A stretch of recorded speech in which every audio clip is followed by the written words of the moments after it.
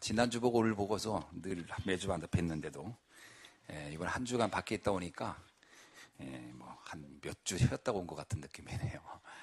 여러분 뵙게 돼서 일단 난 행복하고 반갑습니다. 여러분이 기도해 주신 덕분에 이번에 그 카자흐스탄 사역을 잘 마치고 왔습니다. 카자흐스탄은 중앙아시아의 거의 중심에 있고요. 위치적으로는 아마 지도를 보면은 알겠지만 평상시는 별로 관심을 안 갖던 나라일 수도 있습니다. 근데 이제 우리가 자꾸 카자흐스탄에 놓고 늘 기도하고 하니까 여러분 다 알고 계시겠죠. 카자흐스탄은 여러분이 알고 있듯이 카스피 해라고 하는 중앙아시아의 유명한 그 해를 끼고 있는 큰 나라입니다. 우리나라 남한의 크기가 28배입니다. 나라가 굉장히 큰 나라예요. 나라고. 근데 인구는 땅은 큰데 인구는 또 굉장히 적은 그런 나라입니다. 그 환경이나 경치는 너무 좋아요. 그래서 정말 이번에 좋은 날씨에 참 인도를 잘 받았습니다. 하여튼 그 사계절이 명확한데요. 거기에 우리는 지금 봄과 가을이 줄어들고 더운 여름과 추운 겨울로 점점점 가고 있죠.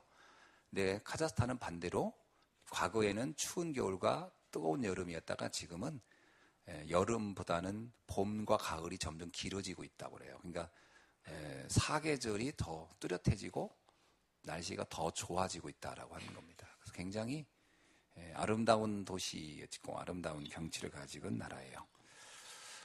그리고 한 가지 참 좀 많이 생각할 수 있는 게 뭐냐면 그 모슬렘 국가임에도 불구하고 아무래도 드러내놓고는 굉장히 그쪽이 온화한 편입니다. 왜냐하면 그 대통령 자신이 개방 정책을 쓰기 때문에 다른 주변의 모슬렘 국가가 굉장히 폐쇄적인 것에 비해서 카자흐스탄은 굉장히 개방적이에요. 그러다 보니까 그 여자분들, 모슬렘 여자분들 쓰고 다니는 이런 차돌 이런 거 쓴 분들이 거의 볼 수가 없고요.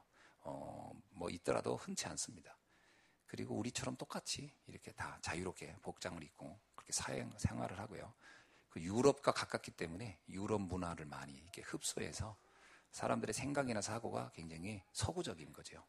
그러니까 우리가 생각할 때 중앙아시아 같지만 사실은 유럽에 가까운 분들이다라고 보고요. 외모는 그 유럽적인 그 러시아 쪽 그 분위기 그리고 또 중앙아시아 그런 북동의 분위기 이렇게 좀 혼재되어 있는 여러 다민족 국가라고 보면 될 것 같습니다.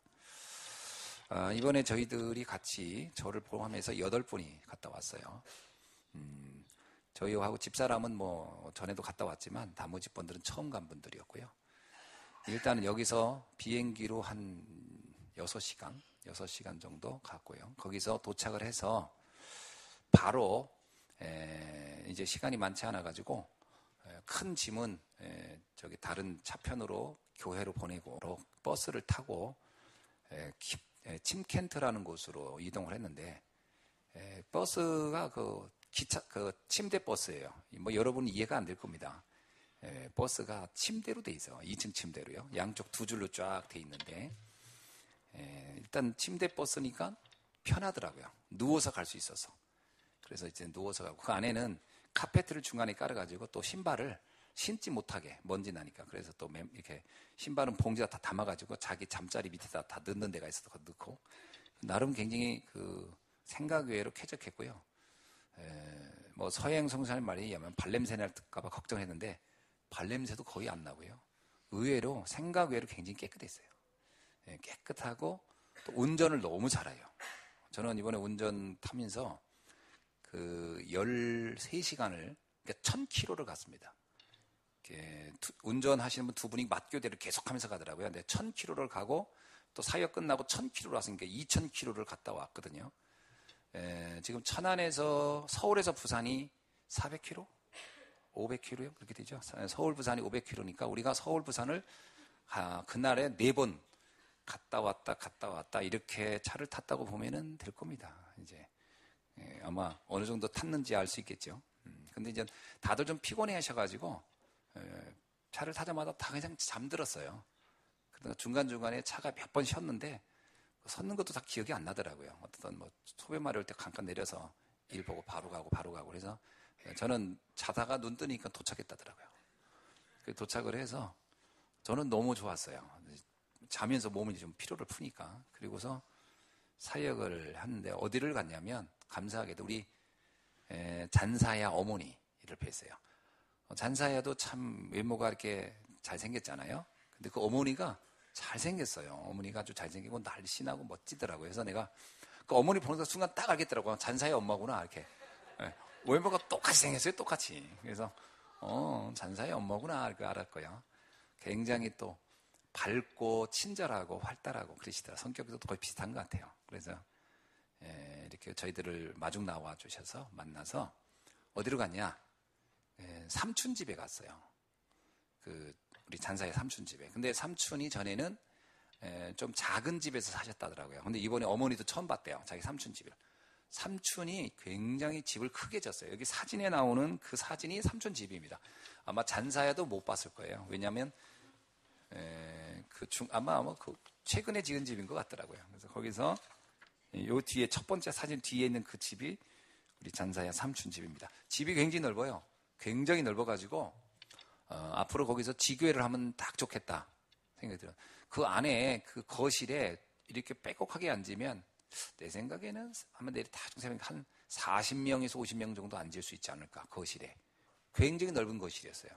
그래서 굉장히 거기서 앞으로 여기서 침켄트 지역에 굉장히 중요한 전도 운동이 일어나면 좋겠다. 그리고 도시가요 14개 도로 돼 있는데 14개 도 중에서 3개의 도시가 제일 큽니다. 알마타, 아스타나, 그리고 침켄트. 그러니까 가장 큰 도시예요. 그리고 모든 무역의 관문이 침켄트다.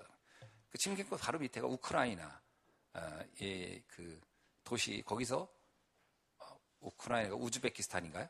우즈베키스탄의 그 수도가 뭐예요? 캐슈틴 아닌데 내가 자꾸 우리 집사람한테 자꾸 정보를 물어보는데 자꾸 틀려. 안 되겠어요. 그 밑에 도시가 있는 그 도시가 굉장히 가까워요. 그래서 거기서 모든 물품이 카자흐스탄으로 들어오는 관문이라고 합니다. 그러다 보니까 그 도시가 굉장히 많이 발달했고요. 그러다 보니까 또 거기가 모슬렘들이 또 많이 들어오는 도시이기도 하고요. 그런 도시입니다. 근데 그 도시에 굉장히 중요한 자리에 우리 그 삼촌이 거점을 가지고 있다고 하는 거죠. 물론 삼촌도 모슬렘인입니다만 저희들이 가서 예배 드리고 하는 것에 대해서 전혀 그거에 대해서 부담스러워하지 않으려 하셨고 또 우리가 예배도 잘 드렸고요. 그리고 나서 거기서 만난 분들이 2분이셨습니다. 여기 사진에 보면 이름을 제가 써놨어요. 하나는 루드빌라라는 분하고 또 하나가 소피아 스테파노브나라는 분이었는데 이 두 사람을 만났어요. 이 두 사람은 우리 잔사의 어머니가 이렇게 미리 예전에 좀 알던 분들인데 이번에 말씀을 들을 수 있도록 이렇게 좀 연결을 해놨던 분들이죠. 그 전에 오래전부터 서혜영 선교사님하고 알마타에서 그곳을 놓고 기도를 쭉 해왔지만 이렇게 정확하게 연결이 잘 안 돼가지고 그동안 기도하는 중에 이곳에 좀 거점이 만들어졌으면 좋겠다 이런 생각을 하고 있었다고 합니다. 그런데 정말 감사하게도 이번에 갔을 때 이렇게 만남이 됐고요. 우리가 복음 전했더니 굉장히 기뻐하시고 또 그분들이 앞으로 지속적으로 복음 운동할 수 있는 그런 거점이 될 수 있었다라고 생각이 돼서 굉장히 중요한 현장이었습니다. 그리고 나서 다시 알마타로 왔고요. 알마타 와서 이제 저희들이 전 신학교 강의를 해야 되니까 그러면서 굉장히 제가 또 인상적이었던 게 신학교입니다. 신학교는 쉽게 말하면 지금 우리 서울 덕평에 있는 RTS의 분교라고 볼 수 있죠. 그러니까 알마타에는 중앙아시아 신학교입니다. 그러니까 알마타 신학교라기보다는 중앙아시아 신학교라고 보는 게 중요해요. 거기를 거점으로 해서 중앙아시아 전체의 그 목회자를 양성하는 시스템이 바로 이 알마타에 있는 신학교예요. 그러니까 알마타 신학교가 앞으로 잘 되어야만이 중앙아시아 모슬렘권 복음운동 할 수 있는 목회자가 거기서 양성되어서 나간다고 보는 것이죠. 이제 거기에 이제 사명자들, 앞으로 목회자 될 사람들을 교육하는 기관입니다. 그래서 제가 이제 사실은 저는 쉽게 말하면 그 직함으로 말하면 알마타에 있는 중앙아시아 신학교의 일단 초빙 교수로 가는 거예요. 그래서 제가 가서 제가 강의한 것이 로마서를 강의하고 왔습니다. 어쨌든 여러분들도 좀 그곳을 놓고 기도해 주시고요. 그 중앙아시아의 중요한 사명자들이 세워지는 학교라고 생각을 하시고 그곳에서 많은 사명자들이 세워져서 또 파송돼야 한다라고 생각이 됩니다. 현재의 전 세계의 그 선교사님들의 연령대가 50대에서 60대입니다. 그분들이 활발하게 활동을 한다 하더라도 20, 30년이 지나면 다 고령화돼요. 그럼 그분들은 대부분이 한국으로 다시 귀속에 들어오시든지 뭐 은퇴하겠죠. 그렇다면 전 세계 복음운동을 지속할 선교사들이 과연 현재 그럼 후대들이 선교사 하겠다고 하고 막 나가는 분들이 예전처럼 있느냐? 그렇지 않습니다. 예전에 그 20, 30년 전에 선교하겠다고 막 자원했던 그 많았던 선교사님들에 비하면 지금의 선교사 수는 아주 급속도로 줄어든 상태예요. 그렇기 때문에 세계 선교는 상당히 지금 전환기를 맞이하고 있다고 봐야 됩니다. 실제로 우리나라뿐만 아니라 전 세계가 다 그건 똑같은 상태예요. 그렇다면 특히 한국의 선교사님들만 계속 보낼 수 있느냐? 그것도 불가능하고 되지도 않고요. 가겠다는 분들도 점점 줄어드는 추세라면 가장 좋은 방법은 현지의 사명자를 세워서 그곳에 선교하도록 하는 것입니다. 이건 원래 선교 전략 중에서도 가장 좋은 전략이었고요. 또 그것을 우리는 목표하고 있는 거죠. 그러다 보니까 이번에 그 알마타에 있는 신학교에 있는 모든 사역자들은 굉장히 중요한 미래에 중앙아시아 복음화에 아주 중요한 사람들이라고 하는 것을 여러분들이 기억하셔야 됩니다. 그것 때문에 지금 선교사님들이 가서 그렇게 그 발판이 되어지고 있는 거고요. 지금 그런 중에서 또 이번에 가서 보니까 그 신학생들의 연령대도 적지가 않은 거예요. 그분들도 나이가 많아요. 그러다 보니까 조금 우려되는 건 뭐냐면 젊은 렘넌트 가운데 그런 차기 신학교에 들어와서 공부하면서 그 카자흐스탄이라든가 중앙아시아를 복음화하겠다고 하는 사명자가 찾아져야 한다는 거죠. 그게 굉장히 중요한 목적입니다. 그래서 앞으로 지속해서 그곳에 있는 숨은 사명자들, 특히 렘넌트 가운데 이런 사명자들을 찾아내는 일을 해야 하는 것이죠. 어저께 우리가 가 있는 동안에 우리 북한 선교국에서는 창원에서 캠프를 했습니다. 그런데 감사하게도요, 이번 창원 캠프에서 또 아주 중요한 응답을 받았는데, 그 어떤 경우냐면, 지난번 예비 캠프 때 만났던 분 가운데 신학생이 있었어요. 그리고 이분이 일반 신학교를 다니고 전도사예요. 근데 이분이 전도사로 계신데, 나이도 뭐 많지는 않더라고요. 근데 이분이 그때 만나서요, 우리를 만나가지고 그때 복음을 전했어요. 전사님인데, 여자분인데, 복음을 전했는데 이분이 듣더니 자기가 지금까지 배우고 들었던 신앙적인 얘기하고 사뭇 다르다는 거예요. 그러면서 너무 자기가 신학 공부를 그렇게 했는데도 왜 내가 이런 걸 잘 몰랐을까요? 하더라고요. 그리스도 삼직 잘 모르는 거예요. 그리고 이 전도운동이라든지 이런 거 잘 모르는 거예요. 그러니까 이분이 듣고 나서 하는 얘기가 자기는 탈북자로서 있다가 신학 공부하고 전도사가 됐는데 그 교회 갔더니 이제 자기는 소속된 교회겠죠? 근데 정확히는 모르겠어요. 갔더니 그 교회에서는 하는 일이 없는 거예요. 그게 뭐냐면 목사님하고 같이 다니면서 신방하는 거 외에는 없는 거예요. 그러니까 누구를 만나요? 한국 분들을 만나, 남한 분들이지 만나서 그러니까 자기가 하는 게 별로 없이 가서 예배 드리면 이렇게 같이 찬송 부르고 뭐 하는 정도인 거예요. 그러니까 자기가 내가 뭔가 나도 지금 해야 될 사명이 있을 텐데 왜 지금 내가 지금 뭐 하는 걸까라고 하는데 지금 내가 훈련을 받는 건가? 그럼 다음 내가 좀 참고 있어야지. 그런데 잘 방향을 모르고 있겠다라는 거죠. 그런데 이번에 우리 캠프팀 만나서 당신은 지금 북한 보고만 놓고 해야 될 거 아니냐. 그리고 북한 보고마가 굉장히 현실화되고 있어요. 지금 남북한 지금 이번에 이제 싱가포르에서 북미 간의 대화가 되어지고 또 북한이 이번에 굉장히 제가 알기로는 중요한 걸 몇 가지를 약속을 했더라고요. 핵을 완전히 포기하고 비핵화로 나가면 그리고 나서 미국에서 요청한 게 있어요. 비핵화만 하지 말고 자본시장을 개방하라는 거예요. 자본시장 개방하라는 얘기는 뭐냐면 이제 전 세계와 교류하라는 거예요. 근데 내가 볼 때는 김정일 그 위원장이 선택의 여지가 없는 거예요. 너무 어려운 상태니까. 그러면 내가 알기로는 그렇게 하겠다고 약속한 것 같아요. 그러면 북한은 더 이상 폐쇄 정치를 하지 않는다는 거예요. 그러면 어떻게 돼요? 자연스럽게 교류가 이루어져요. 그리고 철도가 연결된다고 그래요. 그러면 이제 우리 부산에서 기차 타고 러시아를 걸쳐 시베리아 철도 연결된다는 얘기거든요. 이게 자연이 될 거라고 저는 보거든요. 이러면 북한 보고만은 이제 먼 이야기가 아닌 거예요. 자, 이런 시대적인 변화가 오고 있다. 당신이 여기 하나님 보낸 이유가 뭐겠냐? 저 북녘을 복음화할 위해 준비를 미리 하나님 보낸 거 아니겠냐? 그 준비하라. 이분이 그 얘기 듣고서 가슴이 뜨거워진 거예요. 그래가지고 이번에 캠프 때 우리 캠프팀 만나서 말하기를 자기가 결단하겠다. 그러면서 하는 얘기가 일단 그 목사님 찾아뵙고 난 북한 복음화 하기 위해서 그거에 준비를 하겠다. 이렇게 얘기를 드리고 훈련을 받겠다. 그래서 아마 RTS에 입학을 할 것 같습니다. 이렇게요. 중요한 사명자들이 하나씩 준비되고 있는 거거든요. 이건 하나님의 역사고 시대의 흐름이거든요. 이건 아무도 막을 수가 없는 겁니다. 그렇다면 중앙아시아 복음화를 위한 이런 사명자들이 세워지고 준비되는 것도 하나님이 당연히 원하는 것이고요. 그래서 제가 이번에 가서 보면서 그래, 하나님께서 이걸 놓고 기도하고 집중해야 되겠구나. 그래서 앞으로 제가 좀 카자흐스탄을 조금 더 집중해서 좀 봐야 되겠다라는 생각을 하고요. 또 하나가 너무 감사한 거는 서영성 목사님이 그런 얘기 직접 하셨어요. 뭐 나한테 들으라고 한 얘기고 뭐 우리 칭찬하려고 한 얘기는 아닌데 진강희 목사님 여기가 많은 여기 사명자, 여기 사역자들이 와서 강의를 해주셨는데 우리 교회처럼 성도님들이 같이 이렇게 먼 거리 가서 캠프하고 오는 경우는 처음이라는 거예요. 지난번도 그랬고 이번도 그렇고 너무 감사해요. 지난번에 우리 그때 까짜가 안내해줬던 뭡니까 우스도베 찌켈리 이런 게 있어요. 그 이상한 여관도 가보고 그랬는데 굉장히 특이한 지역이었습니다. 막 까마귀 엄청 많았고 하여튼 그런데요.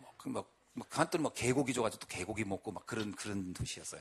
근데 그런 도시들이 다 지금 복음 들어야 되고요. 또 그런 데까지 캠프했던 건 우리밖에 없다는 거예요. 그러면서 참 감사한 거는 목사님 나한테 하는 게 목사님한테 이 지역 어디 지역에 캠프하고 싶은데 캠프해야 되는데 가지겠습니까? 그러면 다른 교회 목사님들 같으면 힘들어서 못 가요. 다 그런다는 거죠. 그 우리는 예스 했더니 도리어 우리보다는 선교사님이 더 걱정했대요. 1000km를 과연 갈 수 있을까? 우리 그 권사님 또 연세 있다는 분 같이 간다니까 굉장히 근데 우리 권사님 진짜 하나님이 역시 세계복음화를 위해서 준비하셨어요. 조금 더 아프신지 않고 그리고 너무 건강이 더 2배, 3배 더 좋아지신 것 같아요. 그래가지고 얼마나 저도 내심 걱정 많이 했거든요. 이게 또 혹시나 가시다가 어디 불편하시다고 하면 진짜 난감하잖아요. 병원이라고 흔히 들어갈 수 있는 것도 아니고. 근데 참 감사하게도 모든 우리 캠프팀들이 너무 행복했고요. 그리고 가는 데만 문이 계속 열리니까. 이거 하나님이 우리를 쓰시는구나. 이런 생각이 많이 들었거든요. 그래서 앞으로도 제가 그래서 좀 더 먼 데로 좀 한번 알아봐도. 그랬더니 서영성이 하는 얘기가 내가 지난주에 갔다 왔던 데가 있는데 거기에 다음에 가자고 들어서 차로 몇 시간 갑니까? 했더니 23시간. 23시간 갑니다. 딱 하더라고요. 23시간. 가니까 요거보다 조금 더 가니까 많이 아니고 조금 더 가니까 다음엔 거기 한번 가봅시다 하더라고요. 그래서 다음에 가는 분들은 이제 23시간을 타고 갈 걸 생각하고 이제 들어가셔야 됩니다. 계속 그렇게 복음 전하는 거죠. 더 멀어지면 그때는 비행기 타고 가야 돼요. 그 안에 가서 또 비행기 타고 가야 돼요. 이걸 생각하면 하나님이 우리에게 지금 중요한 현장을 지금 보게 하시고 있다. 이런 생각을 하고요. 아무튼 너무 감사한 현장이었고 시간이었습니다. 이따 오후 예배 때 이제 갔다 온 분들 포럼을 좀 들어봐야 되겠죠. 아마 굉장히 실감 날 겁니다. 아마 여러분 굉장히 기대하시고 멀리 가지 마시고 교회 주변에 있다가 오후 예배 때 이 간증 포럼을 좀 들어보시기를 부탁드립니다. 자, 오늘 말씀은 제가 갈라디아서를 이렇게 이 본문을 읽다 보니까 이런 말씀이 있어요. 바울이 참 갈라디아 교회를 굉장히 염려하고 걱정하고 있는 내용이 쓰여져 있는 겁니다.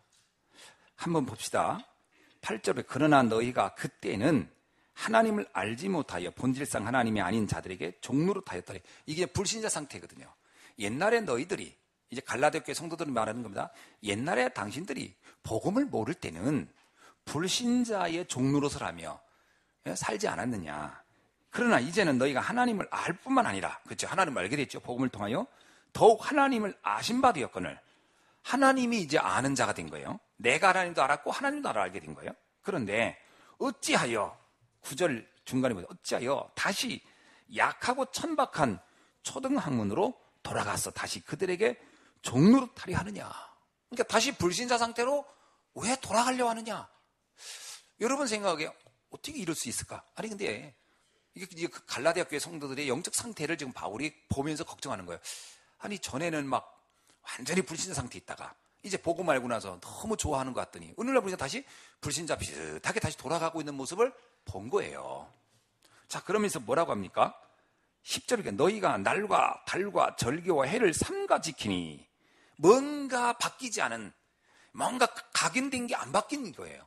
그러니까 옛날의 스타일, 옛날의 생활 풍습으로 다시 돌아가는 겁니다. 옛날 체질로. 그 옛날 체질을 날과 달과 절기, 해, 이게 뭡니까? 전부 다 이게 유대교에 있을 때의 어떤 그 절기들, 그 율법주의, 여기로 이제 돌아간다는 거예요. 복음을 알면서도 옛날 것이 좋아 보이고, 그걸 해야 뭔가 될 것 같고, 이런 생각이 은연중에 이 성도들의 삶 속에 들어왔던 거죠. 그러면서 뭐라고 하냐, 11절에. 내가 너희를 위하여 수고한 것이 헛될까 두려워하노라. 지금까지 이렇게 고생하면서 복음 전했는데, 이게 전부 다 이게 수포로 돌아갈 것 같다. 이게 너무 안타깝고 걱정된다. 바울의 간절한 마음, 안타까운 마음, 염려하는 마음, 근심하는 마음을 읽어볼 수가 있는 거예요. 뭐 우리가 이렇게 되면 안 되겠죠? 그렇죠? 네, 우리가 이렇게 되면 절대 안 되겠죠. 자, 그래서 우리가 이제 한번 이 근심이라는 관점에서 한번 봅시다. 근심에는 크게 두 종류가 있어요. 고린도후서 7장 10절에서 11절을 보면은 근심에는 두 가지가 있다고 해요. 하나는 뭐냐면 생명에 이르는 근심도 있고 사망에 이르는 근심도 있다. 그러니까 근심이라고 해서 다 나쁜 건 아니에요. 좋은 근심도 있고 또 아주 위험한 근심도 있는 거죠. 자, 그러면 첫째는 뭐냐? 하나님의 뜻대로 하는 근심은 뭐냐? 바로 오늘 로마서 9장 1절로 3절에도 바울이 그런 얘기를 해요. 무슨 얘기냐면 내가 큰 근심과 마음에 멈추지 않는 큰 고통이 있다. 그렇게 얘기합니다. 근데 그 이유가 뭐냐면 이스라엘 백성, 유대인들이 복음을 듣지 못하고 있고 또 복음을 거부하고 있는 이 상황을 보니까 내가 너무 가슴 아프다. 이런 얘기거든요. 그래서 하나님 나에게 이 백성에게도, 이스라엘 백성에게도 복음을 전하기를 간절히 원해서 그들을 위해서라면 내 이름이 심지어 말이에요. 무슨 얘기냐면 내가 그리스도에게서 끊어질지라도, 내가 설사 하나님이 나를 정말 벌한다 할지라도 나는 이 우리 민족에게 복음 전하기를 간절히 원한다. 그런 얘기를 하는 거죠. 이게 뭐예요? 이게 바로 복음 가진 자의 근심이에요. 누군가 복음 듣지 못한 사람을 보면 가슴 아파한 거, 이게 정상 아니겠습니까? 이게 이제 바울이 가졌던 마음가짐이죠. 혹시 여러분 이런 마음이 여러분에게도 있어야 할 줄로 믿습니다. 근데 만약에 내가 복음을 알고 있는데도 누가 복음을 모르든 말든 그냥 아무 느낌이 없다. 참 이거는 참 곤란한 거예요. 진짜 구원의 이 가치를 안다면 구원을 모르는 사람을 볼 때 마음이 아플 수밖에 없죠. 특히나 내가 가장 사랑하는 사람, 내가 가장 가까운 사람들이 복을 모른다. 그거에 대해서 가슴 아파해야 되는 겁니다. 그게 정상적인 마음의 자세겠죠. 그래서 우리는 마태복음 6장 33절 이 예수님의 간절한 마음이 우리에게 와야 돼요. 그런즉 너희는 그의 나라와 그 일을 구하라. 그리하면 이 모든 것이 너에게 더하시리라. 그 앞에는요, 불신자들이 하는 근심 얘기하다가 이 말씀 하더라고요. 그러니까 우리가 뭘 걱정해야 되냐, 뭘 놓고 생각해야 되냐, 그의 나라와 의, 정말 많은 사람들이 어떻게 하면 복음 듣게 할까? 그리고 내가 사랑하고 관심 가진 이 민족에게, 이 가족들에게 복음이 들려지지 않았다면 얼마나 마음 아픈가. 이 마음이 우리에게 있어야 할 줄로 믿습니다. 네, 그 당연하잖아요. 그러니까 바울이 유대인 아닙니까? 바울이 유대인이니까 유대인에 대한 간절한 마음이 있었잖아요. 마찬가지죠. 내가 만약에 내가 뭐 아프리카 사람이다. 그럼 아프리카 사람에 대한 안타까운 마음이 있어야 정상, 그건 천명 아닙니까? 그죠? 내가 만약에 저 남미 사람이다. 그러면 남미에 복음 듣지 못한 사람 생각하면 가슴 아파야 되겠죠. 그래서 또 마찬가지입니다. 저 북한에서 많은 사람들이 복음 듣지 못한다면 그쪽에 마음 아픈 사람들이 또 우리 가운데 있는 거죠. 또 우리가 놓고 기도해. 그것도 우리 민족이니까 특히. 지난번에 대구에 있던 어떤 그 성도님이 그러더라고. 자기가 북한 보고만 하게 된 건 딱 하나밖에 없대. 그래서 뭐 했더니 말이 돼서 자기는. 왜냐면 다른 나라 가면 전부 다 언어를 배워야 되는데 북한은 좀 그냥 말하면 다 통하니까. 그래서 내가 한국어를 알고 있고 북한이 한국어를 하는 거는 나보고 북한 보고 말하는 사명이구나. 그러니까 우리가 같은 민족이기 때문에 당연히 그 마음 가져야 되는 거예요. 아멘 소리가 아주 적어요 이제. 자, 그러면 여러분 저기 러시아 보고만 하실 겁니까? 일단은 러시아 언어부터 배워야 되는데 알고 있는 언어를 가지고 우리 민족을 놓고 마음 담는 거는 당연한 것이다. 그렇다면 당연히 뭐 우리 잔사야나 우리 까짜 같은 경우는 러시아 보고마 또는 카자흐스탄 보고마가 있어야 되겠죠. 그건 하나님이 우리에게 준 천명 같은 겁니다. 그 바울이 그것으로 마음이 아프다는 거예요. 이 아픔이 있어야 되겠죠. 그게 없다면 참 곤란하지. 그럼 또 하나, 천안을 좀 가슴 아파야 되는데, 아프냐고 물어볼게요. 아파요? 이게 문제라, 이제 천안, 뭐, 마음도 없어. 이제, 그러면 좀 좋아요. 천안은 좀 넓어 그런가? 그럼 우리 가족들, 친척들. 있어야 되는 겁니다. 바울은 그 근심이 내게 있다. 이렇게 얘기하고 있거든요. 그래서 이 근심은 하면 할수록 유익한 근심이다. 아멘. 예, 이런 근심은 많이 할 수 있기를 주의 이름으로 축원합니다. 예, 두 번째는 세상 근심이에요. 이건 하면 할수록 안 좋은 거예요. 근데 참 안타까운 거는 하라는 근심은 안 하고 하지 말라는 근심은 아주 이건 또 잘해요. 어떤 근심이냐? 디모데전서 6장 9절에서 10절에 있는 근심이에요. 부하려 하는 자들은 시험과 올무와 여러 가지 어리석고 해로운 욕심에 떨어지나니 곧 사람들로 파멸과 멸망에 빠지게 하는 것이라. 돈을 사랑함이 일만하게 뿌리가 되나니 이것을 탐내는 자들의 미혹을 받아 믿음에서 떠나 많은 근심으로써 자기를 찔렀도다. 그러니까요, 근심이 또 있는데 어떤 근심이냐? 세상에서 타면 성공하고 부귀영화를 누리고 잘 먹고 잘 살아볼까?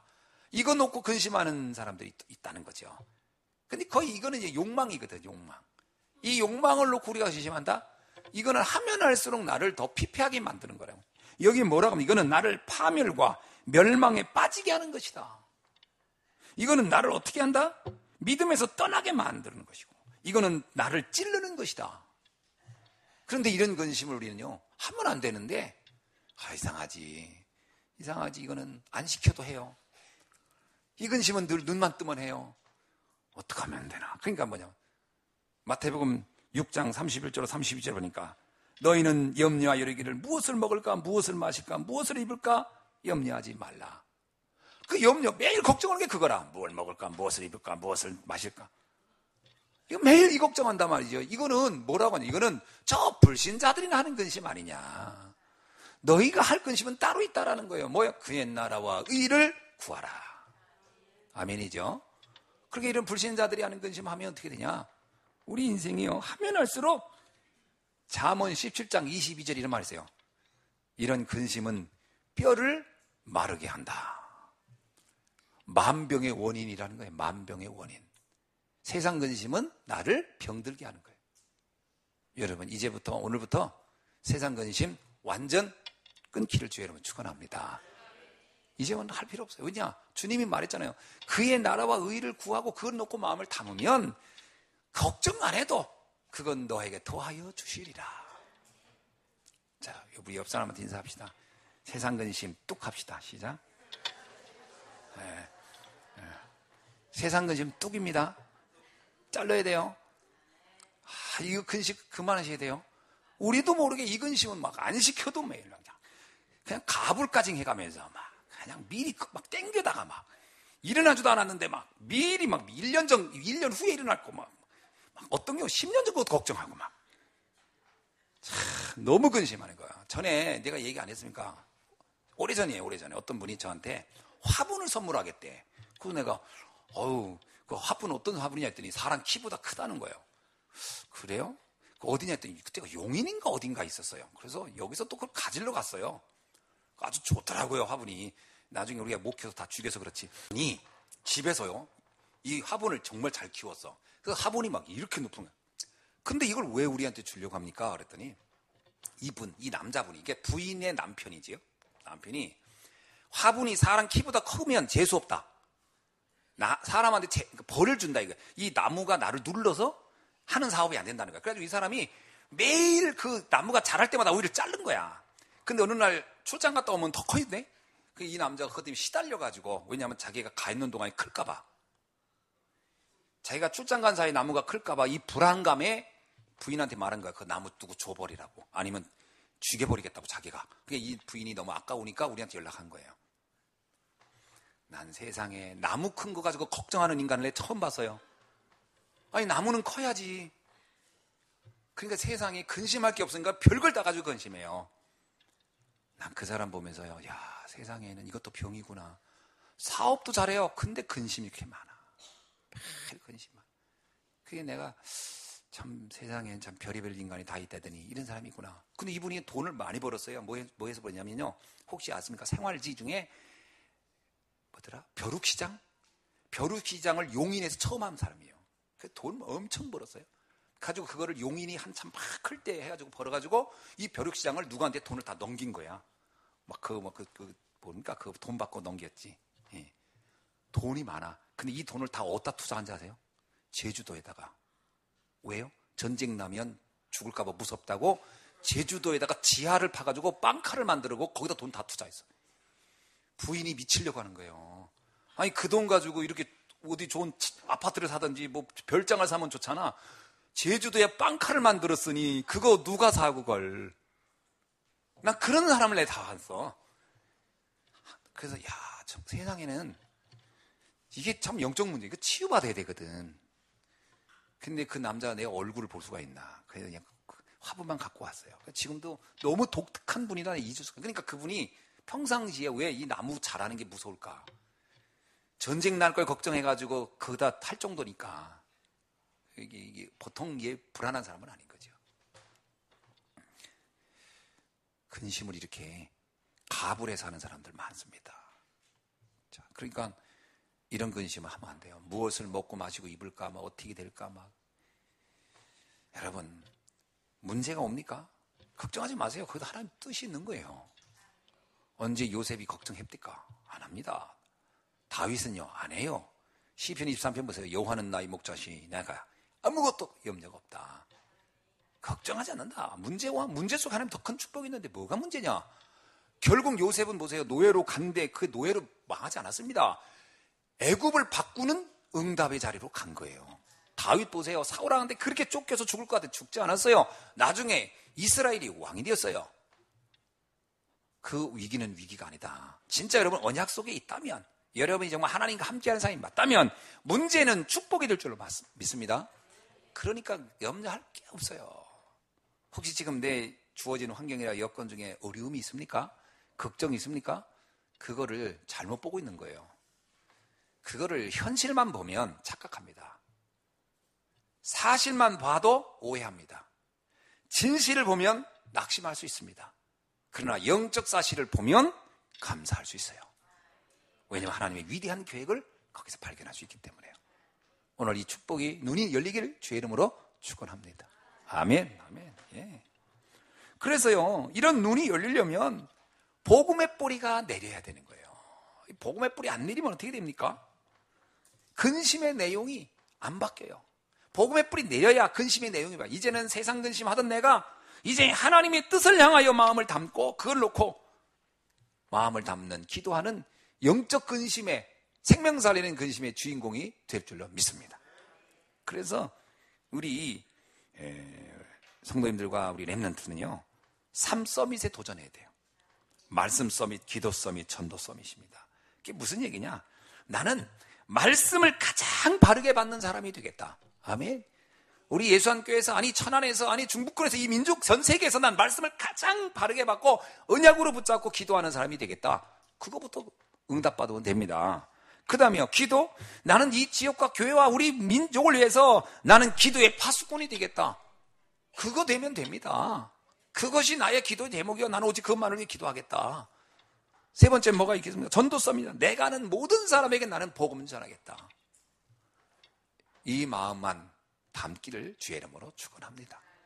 예, 그것 때문에 우리가 공부하는 것이고, 그것 때문에 일하는 것이고, 그것 때문에 돈 버는 것이고, 그것 때문에 내가 지금 오늘도 내가 사는 것이다라고 생각해 보세요. 그러면 걱정할 게 없습니다. 우리가 사는 이유와 목적이 자꾸 뭘 마시고 입을 것, 예? 잘까? 뭐 이런 거 생각하니까 걱정하는 거지, 걱정의 내용이 바뀌어야 됩니다. 그런 축복의 날이 되기를 주님의 이름으로 축원합니다. 자, 그렇다면 본문의 내용을 통하여 우리가 한번 간단하게 좀 살펴봅시다. 하나님을 떠난 불신자의 실존은 뭐냐? 이게 불신자의 근심이거든요. 불신자는 어떤 상태에 있기 때문에 근심할 수밖에 없겠습니까? 에베소서 2장 1절로 3절에 보니까 허물과 죄로 죽어있기 때문에, 하나님 떠난 상태에 있기 때문에, 그래서 인간은 하나님과 함께한 영적 존재여야 되는데 그 인간이 하나님 떠나다 보니까 결국 인간은 근심 걱정할 수밖에 없는 거예요. 그래서 불신자의 염려는 당연한 거예요. 불신자 어쩔 수 없습니다. 그거 안 하고 어떻게 살겠어요? 그러니까 공중권세 잡은 자를 따라 살고요, 마지막에 본질상 진노의 자녀라는 운명을 벗어날 수 없는 거예요. 불신자의 염려는 염려할 수밖에 없는 운명적인 상태가 주어져 있다는 거예요. 우리는 거기에서 빠져나온 사람인 줄 믿습니다. 결국 세상의 종로로 타는 인생이 되는 거예요. 히브리서 2장 15절에 보니까 불신자들은 어떠냐? 죽기를 무서워하여 한평생을 매어 종로로 탄다. 그 불신자는 늘 말하는 게 이거예요. 아이고, 죽겠네, 더워 죽겠네, 추워 죽겠네, 배불러 죽겠네. 하여튼 많이 먹다가도 많이 먹어서 행복해, 이렇게 사는데 못 들어서 배불러 죽겠네. 더우면 따뜻하네 한 게 아니야, 더워 죽겠네. 추우면요, 시원하다가 아니에요, 추워 죽겠네. 온통 죽겠다고 하는 거예요. 이게 매여 있어요, 매여 있어. 죽음에 대한. 그리고 웃긴다, 좀 아프죠? 암 아닌가? 소화가 안 되면 위암인가? 머리가 아프면 뇌암인가? 온통 암하고 연결시켜서요, 그게 뭐 늘 두려워하는 거예요, 두려워해서. 여러분, 이 두려움의 근심에서 빠져나오길 주의로 축원합니다. 네, 빠져나오셔야 돼요. 그래서 요한복음 8장 44절에 뭐라고 나오냐? 그래서 너희 아비 마귀의 종이 되어 산다는 거예요. 불신자는요, 세상의 종이 된 것이 문제가 아니고 더 큰 문제는 사단의 종이 되어 산다. 그래가지고 사단이 시킨 대로 살다 가는 거예요. 뭐 하나 자기 마음대로 못해요. 막 모든 게 불안해가지고. 모든 게 불안해가지고. 그래서 바울은 로마서 3장 16절에 뭐라고 나오냐? 파멸과 고생의 길에 있다. 창세기 3장 18절에는 가시덤불과 엉겅퀴 속에 사는 인생이다. 시편 90편, 시편에는 연수가 70이여 강건하면 80이라도 그 연수는 오직 수고와 슬픔만 남아있다. 마태복음 11장 28절 예수님은 말하기를 수고하고 무거운 짐 속에 살다 가는 것이 불신자의 인생이다. 그래서 불신자가 근심할 수밖에 없는 거예요. 바울이 뭐라고 하면 너희는 그때 하나님을 알지 못하여 본질상은 하나님 아닌 자들에게 종노릇하며 근심하고 살았는데 왜 그때로 다시 돌아가려 하느냐, 이런 거거든요. 우리가 불신자의 근심을 알면요, 아이고 절대로 거기로 가고 싶지 않잖아요. 이걸 빨리 알아야 돼요.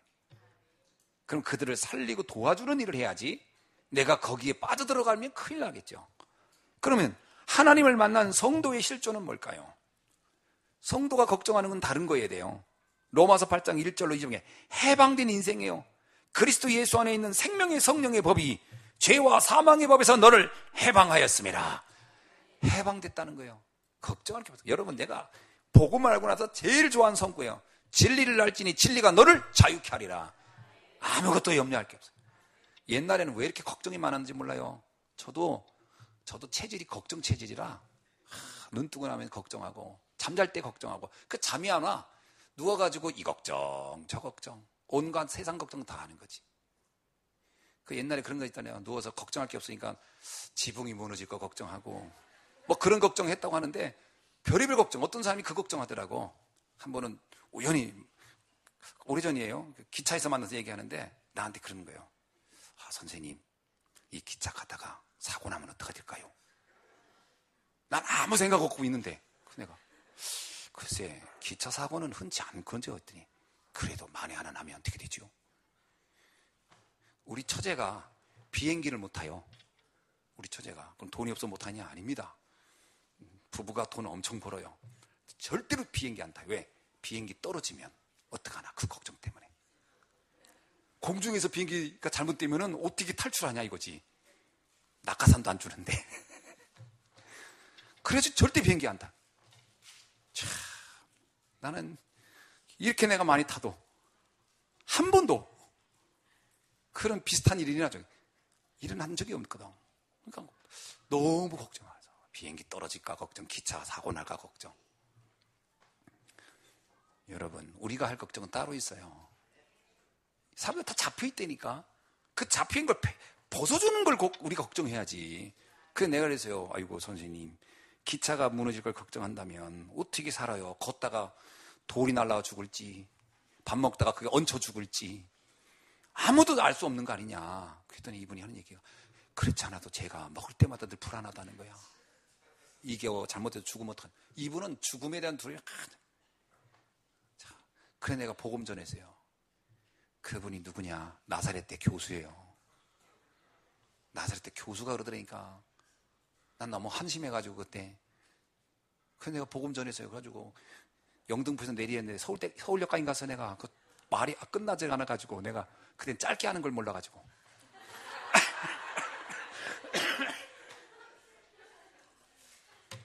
아니 그렇게 걱정이 많더라니까. 그러니까요, 이런 분들이 진짜 세상에 너무 많아요. 너무 많아. 여러분. 그래서 갈라디아 3장 26절 하나님의 자녀라는 거예요. 너희가 다 믿음으로 말미암아 그리스도 예수 안에 하나님의 아들이 되었으니. 아멘. 하나님의 자녀는 누가 지켜요? 하나님께서. 할렐루야. 요한일서 한번 봅시다. 내가 아주 좋아하는 성구입니다. 요한일서 5장 18절에 한번 봅시다. 우리 다 같이요. 시작. 하나님께로부터 난 자는 다 범죄하지 아니하는 줄 우리가 아노라. 하나님께로부터 나신 자가 그를 지키심에 악한 자가 그를 만지지도 못하느니라. 아멘. 악한 자는 여러분을 만지지도 못해요. 걱정을 하지 않기를. 그래서 우리 어른들이 하는 얘기 있죠. 걱정을 붙들어 매놔라. 그런 말 들어봤어요? 네, 걱정을 붙들어 매놔라. 걱정하지 말기를 바랍니다. 걱정 풀어놓으면 미친 개처럼 뛰어다니니까 꽉 붙들어 매놓기 바랍니다. 걱정하지 마시기 바랍니다. 네, 걱정하지 마세요. 그래서 우리는 어떤 사람이냐? 베드로전서 2장 9절로 10절 너희는 택한 족속이요 왕같은 제사장이요 거룩한 나라요 그의 소유가 된 백성이니 이는 너희를 어두운 데서 불러내어 그의 귀한 빛에 들어가게 하시니에 아름다운 덕을 선포하게 하려 하심이라. 너희가 전에는 백성이 아니었더니 이제는 하나님의 백성이요 전에는 국류를 얻지 못한 자였더니 이제는 국류를 얻는 자니라. 아멘. 하나님의 백성이요 하나님의 국류를 받을 자니까 걱정할 게 없다. 그래서 바울은 이런 마음을 가지고 갈라디아 교회 성도를 보니 갈라디아 교회 성도들이 사실은 너무 걱정이 많은 거예요. 염려가 많은 거예요. 그리고 자꾸 이들은 왜 자꾸 날과 달과 절기와 해를 지키려고 했을까? 왜 율법주의로 돌아갔을까요? 복음으로 완전하게 믿어지지 않는 거예요. 자기 인생이 복음만 가지고는 부족하다고 느끼는 거예요. 뭔가 불안한 거예요. 다른 걸 해야 될 것 같은 거예요. 그래서 자꾸 돌아가는 거예요. 왜 성도들이 오직 예수를 못 믿는지 아십니까? 오직 예수 안 믿는 이유는 불안해서 그래요. 안 믿으면 다른 걸 하지 않으면 망하지 않을까? 내가 지금이라도 예수만 믿고 있다고 어떻게 되냐 말이야. 뭐라고 해야 할 거 아니냐. 거기에서 이제 사람들이 자꾸 이상해지는 거예요. 여러분 진짜 하는 일을 그냥 성실하게 하시면서 하나님이 능력을 믿고 하나님의 축복을 믿으시길 주의 이름으로 축원합니다. 걱정하지 마세요. 특히 정말 제가 말하고 싶은 건 특히 부모님들 자녀 걱정 너무 많이 해요. 그 옛날에 저도 왕년에 해봤기 때문에 하는 얘기인데 자녀를 내가 아이를 키운다고 생각하십니까? 아닙니다. 하나님이 키우시는 거예요. 나는 조금의 심부름만 할 뿐이에요. 너무 착각하더라고요. TV에서 나오는 무슨 누가 한마디 하면 그렇게 키워야 얘가 잘 자라는 것 같고 누가 뭐 하면 너무 심해요.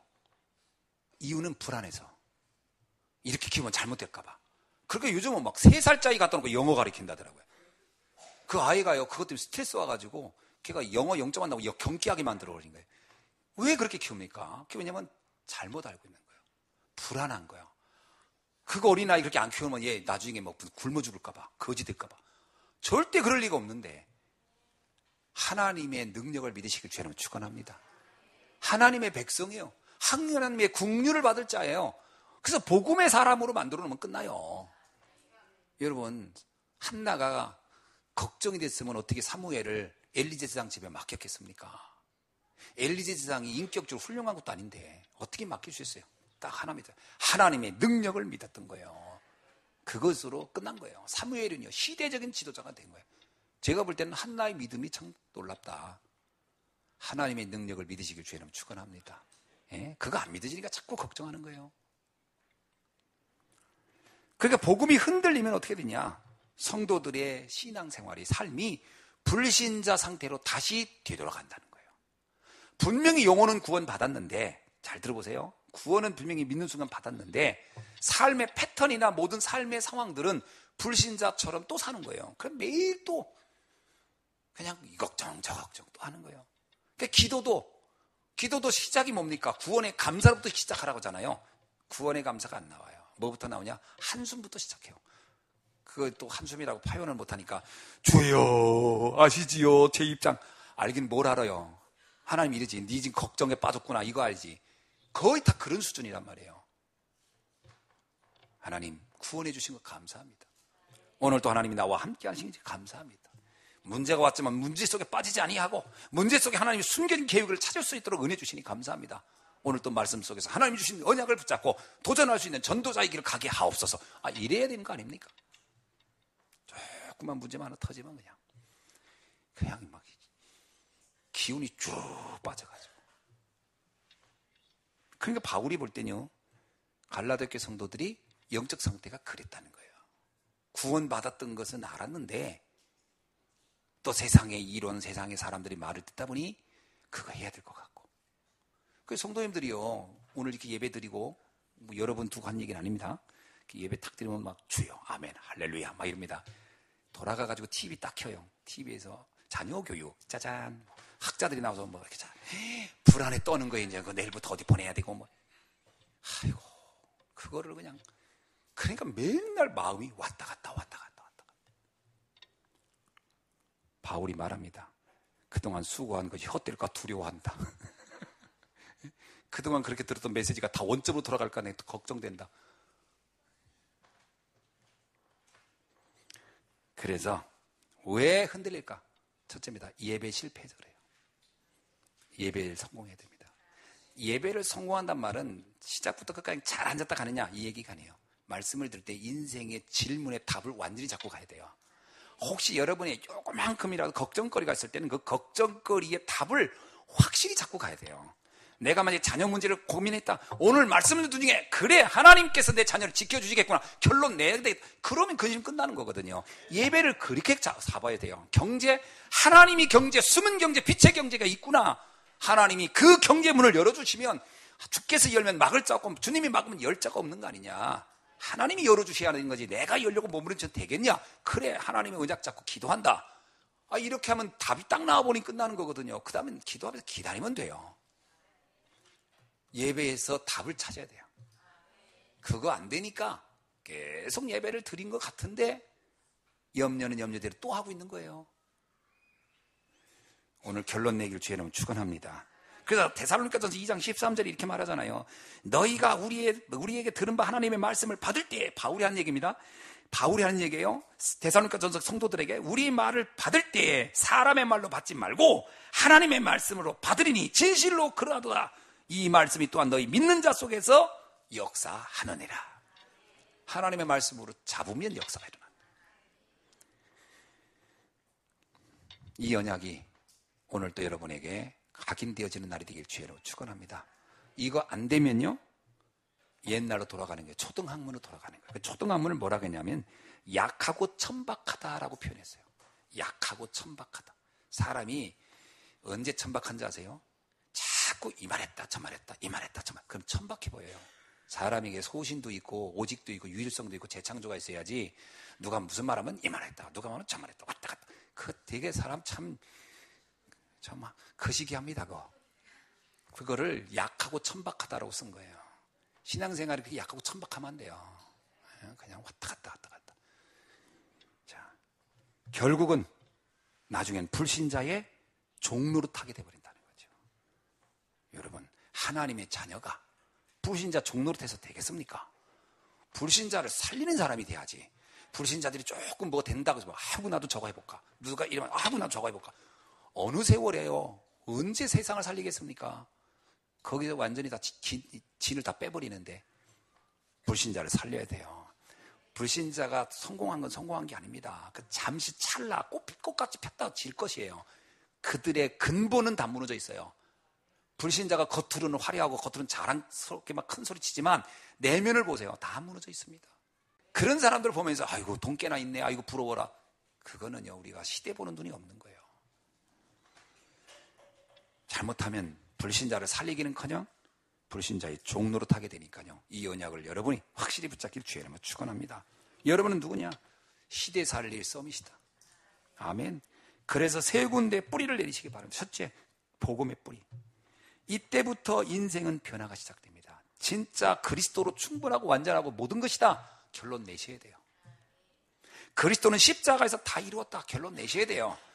그거 결론 안 내고 맨날 왔다 갔다 하면요 정말 인생 이것도 아니고 저것도 아니고 불쌍해져요. 특히 성도님들이 복음의 결론 안 내버리면 이건 불신자를 이긴 것도 아니고 그렇다고 하나님의 축복 속에 있는 것도 아니고 그래서요 그야말로 이도저도 아니라니까. 완전히 결론 내셔야 돼요. 두 번째, 교회 뿌리입니다. 교회 뿌리를 확실히 내어야 우리의 삶이 회복돼요. 왠지 아십니까? 교회 뿌리 안 내리면요 영적인 흐름이 단절되기 때문에 삶이 계속 피곤해져요. 복음 뿌리, 교회 뿌리 내셔야 돼요. 세 번째는 후대 뿌리입니다. 우리의 미래는 우리의 후대에게 있어요. 아무리 내가 지금 은혜 충만하고 성령 충만해도 우리 후대가 불안하다. 그러면 이거는 진짜 불안한 거예요. 그래서 우리 후대들에게 완전 복음 되도록 도와주셔야 돼요. 이게 오늘 우리가 받아야 할 응답입니다. 그래서 지금 뭐 주일학교, 초신, 청신, RUTC, RU, RGS 뭐 이런 시스템을 막 그렇게 만든 이유예요. 뭔 놈의 시스템이 많냐고요? 시스템이 많은 게 아니에요. 아이들이 흔들리는 걸 보면요 그렇게 했는데도 아이들 보세요. 신앙적으로 뿌리 하나도 안 내려 있어요. 어저께 이혜경 목사님 걱정하더라고요. 아이들 보면 너무 걱정스럽다고. 오늘 새벽에 그랬나? 맞습니다. 주일학교, 이 주일학교 일주일에 한 번 가지고는 절대 안 돼요. 제가 진짜 누누이 생각하지만 주일학교 주일에 한 번 만나가 애들이 복음에 그 답은 내릴까? 절대 안 될 거다. 그래서 제 마음속에요 미션홈 해야 되겠다고. 여러분 제가 진짜 미션홈 해야 되겠다는 진짜 간절함이 있어요. 이번에 막 카자흐스탄 가서 서영 성교사님 사는 집 봤는데 아 좋대, 아 좋아. 갔다 온 분들은 이해될 겁니다. 진짜 좋더라고. 안 갔다 온 사람이 묻는 거 보니까 참 감을 못 잡았지. 진짜 좋더라고. 지하에 막 조그만 극장도 있고 밖에 막 풀장도 있고 그 다음에 별채도 따로 있고 파티할 수 있는 데도 있고. 자, 그때 내가 생각하는 게 있어요. 미션 오면 이런 데서 하면 진짜 좋겠다. 우리 교회 아들 전부 다 모아놓고서 내가 아침에 호루라기 불면 다 와 밥 먹어 딱 하고서 다 기도 수업 다 해 쫙 하고 학교 갔다 와 딱 하고 숙제 햇산에서 쫙 하고 교육도 딱 시키고 부모님께 인사 어떻게 해야지 쫙 하고 명절 때는 어떻게 해야지 뭐. 너무 좋겠는 거예요. 다 데리고 살면 너무 좋겠는 거예요. 내가 어차피 우리 아이들 다 커가지고 다 나갔는데 이제 불러. 그래서 미션홈 해야 되겠다. 내 마음은 그거예요. 미션홈. 그래가지고 우리 아이들에게 언약을 심어 놓아야 되겠다. 여러분 기도하세요. 지금부터. 그래서 빨리 우리도 좀 내 생각했어요. 우리도 뭐 단도축제를 하나 어떻게 구하든지 어디 큰 창고라도 하나 얻어가지고 칸이라도 막든지 해가지고 미션홈을 해야 되겠다. 그래서 여러분 정말 우리 언약 붙잡고 우리 후대 살리는 일에 정말 근심을 다른 데 하지 말고 이런 데 근심하자고요. 우리 아이들이 복음 뿌리 못 내린 거 근심하자고요. 정말 우리가 말씀 안 있는데 흔들리고 있는 내 자신을 놓고 근심하자고요. 그래서 정말 복음의 사람으로 세계 살리는 사람이 되겠다. 결론 내는 여러분 되시기를 주의 이름으로 축원합니다. 기도하겠습니다. 하나님 감사합니다. 오늘 주신 말씀 붙잡고 다시 한번 시대 살리는 전도자의 응답 속에 있게 하옵소서. 살아계신 주 예수 그리스도의 이름으로 기도하옵나이다. 아멘.